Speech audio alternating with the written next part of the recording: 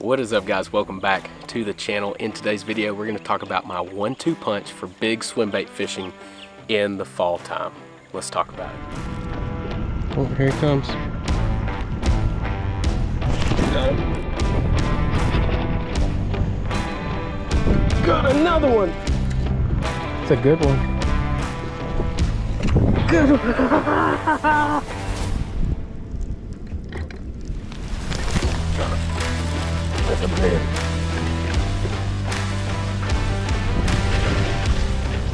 Let's go. Alright guys, fall fishing is here. We're finally starting to see some of those cooler temps move into the North Alabama region, and in my opinion, I think this is one of the best times to throw a big swim bait. Now, when I say big swim bait, I'm not talking about those huge, gigantic swim baits, you know, 10-inch, 12-inch glide baits. I'm talking about more of those mid-range size swim baits, you know, like your 5 to 7-inch swim bait. Now, I will give you guys a teaser. I've got some stuff coming for a large swim bait, you know, the 10-inch size. I've been working with a prototype bait, and you know, just gonna kind of tease you a little bit. I can't talk about it right now, but in today's video, we're talking about more of those mid-range size swim baits. I think that's the best size to throw this time of year to get the most bites. So you can catch 2-pounders, you can catch 8-pounders on this size range, and it really varies. You know, I'm mixing in some hard glide baits like the Chad Shad, the Trick Shad, the 6 Sense Draw.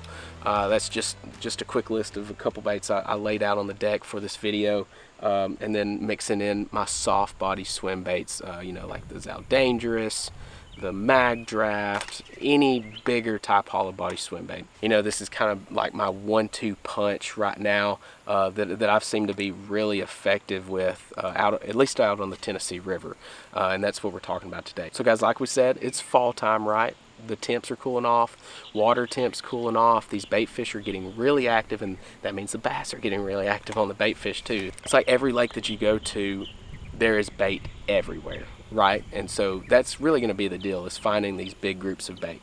And you know, when you're throwing bigger swim baits, in my experience, I like to find those bigger groups of bait fish. If you're in a lake that has a bunch of small threadfin shad, but also has big gizzard shads, you're going to want to target those big gizzard shads, because primarily the bigger bass are going to be feeding on the bigger bait fish. Now, that's not always the case, but for the most part, you know, textbook bass fishing, bigger bass are going to feed on bigger bait fish. So, and I don't want to contradict myself, because I know I've been talking about, you know, downsizing baits in recent videos, but that's if you're targeting more of those threadfin shad eaters and just, you know, trying to get a whole bunch of numbers. It's a totally different bite, you know, using small baits versus using big baits. You know, small baits, you're targeting more numbers. Big baits, you're targeting larger fish for the most part, but you can also catch a bunch of fish. You know, I've had several days like that this fall where I just catch a ton of fish on these bigger swim baits. But guys, finding the bait fish is key, and I've been using forward-facing sonar a lot. That's been crucial to me in finding these big groups of bass.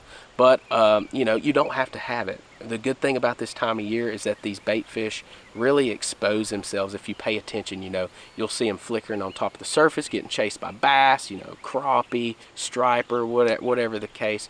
But you can also watch for birds. You know, birds will stay in these areas that bait fish are in, you know, real heavy. So just watching and observing nature can really give away where these bait fish are located. So if you have forward-facing sonar, of course, it makes it a lot easier, but you can also use, you know, just pay attention to nature and locate these fish. So this time of year, the bass tend to not relate so much as to the bottom of the lake, but they start to suspend and they stay higher up in that water column. They'll still stay around structure, but as opposed to getting buried up in that structure, for the most part, most of these bass are going to start suspending, you know, varying. If you watch them on forward-facing sonar, they're going to be moving up and down in the water column. That's a dead giveaway that it's an active fish. You can watch them bust up these bait balls, just go crazy on top. So what I've been doing is normally I'll start with my hard glide bait. As far as the glide bait, it's not always about catching the fish. I know you're thinking, what the heck's this guy talking about? Not always about catching the fish, but anybody that's familiar with glide baits knows just how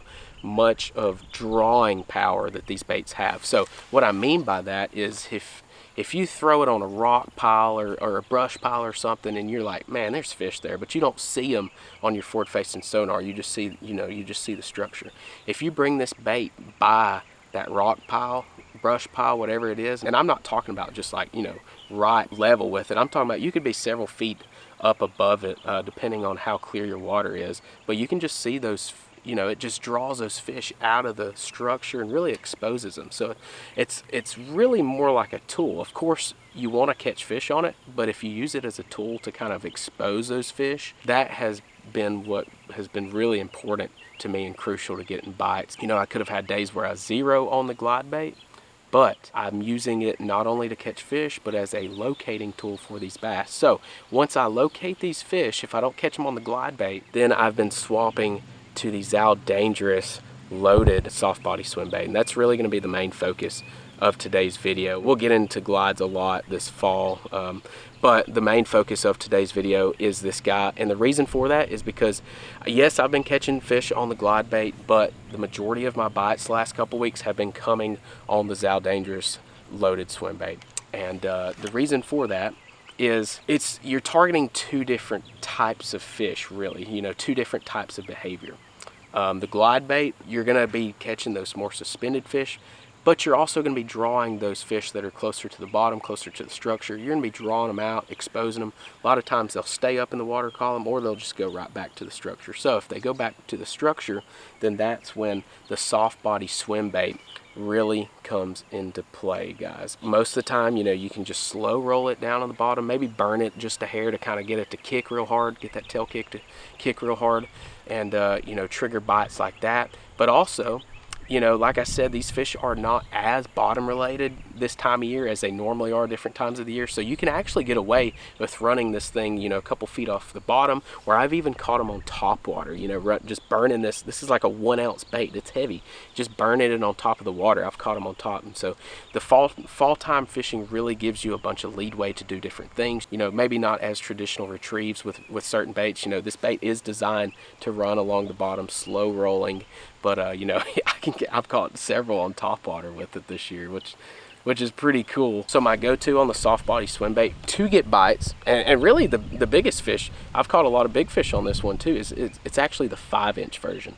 And this is, I think it's either hickory shad or Tennessee shad, but really I did a Zaldaingerous review a couple months ago on the channel, had a whole lot of positive feedback, and I really love this bait. So, you know, I wanted to talk about it more because I've been catching a lot of fish here on it recently. But anyways, what this is it's a more like a harness style swim bait. So what it is it's got a little hole right here at the head, and you run your line through there, and there's a magnet system in here, I think that's a 4/0 hook, and so you just tie your line right there, and there's a magnet system in there, a weight to keep the swim bait to run really level.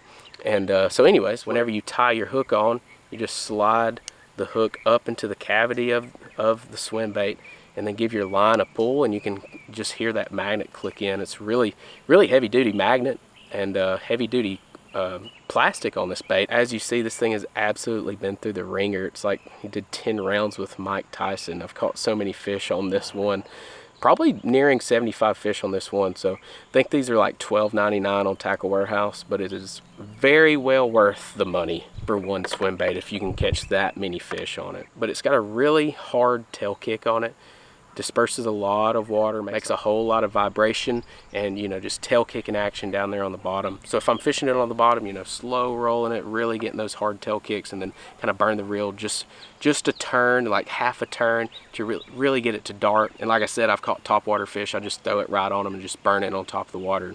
And you know, surprisingly enough, I've caught a lot doing that this year. But so really two colors and two sizes that I like.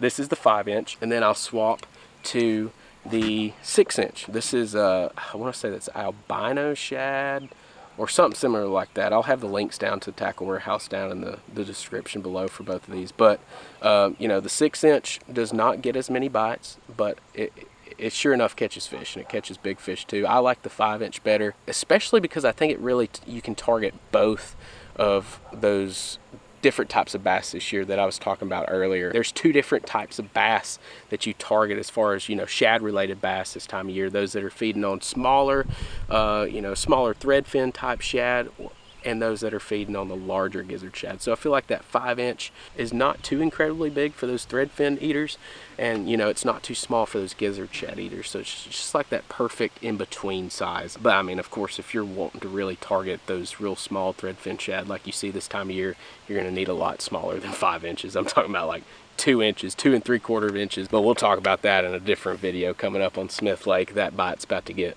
really fun, so be on the lookout for that. But yeah, guys, this is kind of my 1-2 punch for big swim bait fishing this time of year. I've had a lot of success on it, been having a whole lot of fun, and I'm really looking forward to the rest of the fall. Experiment with more baits. I've got several new baits on the way. Like I said, I've got those prototype 10-inch baits that we're going to be talking about here in a couple weeks.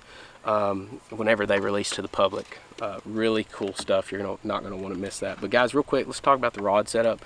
I know we're not focusing on the glide baits in this video, but since I mentioned it, you know, we'll run through my gear real quick. I throw a 7/6 heavy for my 6 to 7 inch glide baits. The Chad shad, 6-inch draw, trick shad, boy ducket shad, all those different 6-7 inches size style glide baits. 20-pound fluorocarbon on a ducket paradigm reel. This is a 7:5 to 1 gear ratio.